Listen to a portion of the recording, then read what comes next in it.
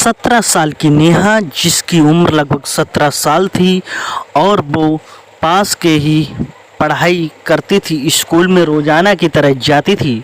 उसे पास के युवक से उसका मिलना जुलना हो गया और युवक उसे एक दिन बहला फुसलाकर सुनसान इलाके में ले गया, जहां उसने उसके साथ रेप किया। बाद में नेहा रोते रोते अपने घर पर आई।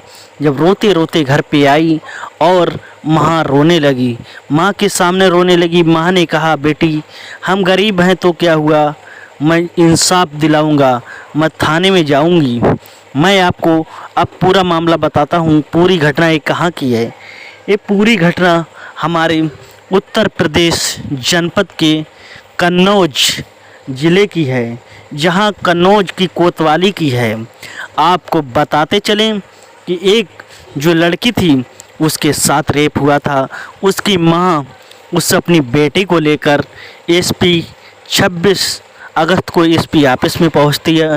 प्रार्थना पत्र देने के बाद में उसके बाद में अपने चौकी इंचार्ज चौकी हाजी शरीफ चौकी में जो इंस्पेक्टर होते अनूप मौर्य, उनके पास पहुंचती है, उन्हें बात बताती है। उनका हाल ही में चौकी इंचार्ज इस अनूप मौर्य जी का इंस्पेक्टर पद पर प्रमोशन हुआ था। इंस्पेक्टर साहब ने कह दिया कि आप कल मेरे आवास पे आइए और मैं वहीं पर आपकी पूरी जानकारी लूँगा, फिर इस संबंध में बात करूँगा। आपको पता है कि पुलिस जो रक्षक होती है वो ही कभी ना कभी भक्षक बन जाती है। ऐसा नहीं होता है कि डिपार्ट में अगर एक पुलिस गलत हो तो सभी गलत नहीं हो सकते हैं, जैसे एक गलत हो तो सब बदनाम नहीं हो सकते हैं। जब वो उस अनूप मौर्य जी के इंस्पेक्टर के पास उनके आवास पे पहुंची, उनकी माँ और तो उन्होंने जो अनूप मौर्य जी थे इंस्पेक्टर, उन्होंने उसके साथ छेड़छाड़ करना चालू कर दिया। छेड़छाड़ करने के बाद उन्होंने ज़बरदस्ती उसके साथ रेप की घटना को अंजाम दे दिया और अनूप मौर्य जी ने कह दिया कि अगर आपने इस बात की जानकारी किसी को दी, आपको बता दें मैं एक पुलिस वाला हूँ, आपके साथ जो चाहूँ वो कर सकता हूँ।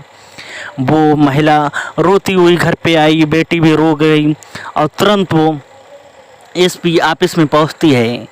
तुरंत एसपी साहब एक्शन लेते हुए शिव प्रताप सीओ सिटी को फ़ोन करते हैं।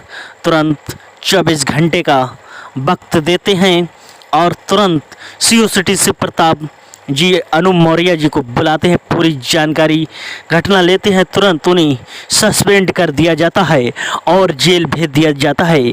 क्या ऐसे भी इंस्पेक्टर होते हैं? चंद दिनों में उनका प्रमोशन हो गया था इंस्पेक्टर पद पर, मगर वो अपनी हैवानियत भूल गए थे कि हम ही हैं रक्षक, हम ही बन गए भक्षक। क्या आपको लगता है कि एक पुलिस वाला गलत होने से सारे पुलिस वाले गलत नहीं हो सकते हैं?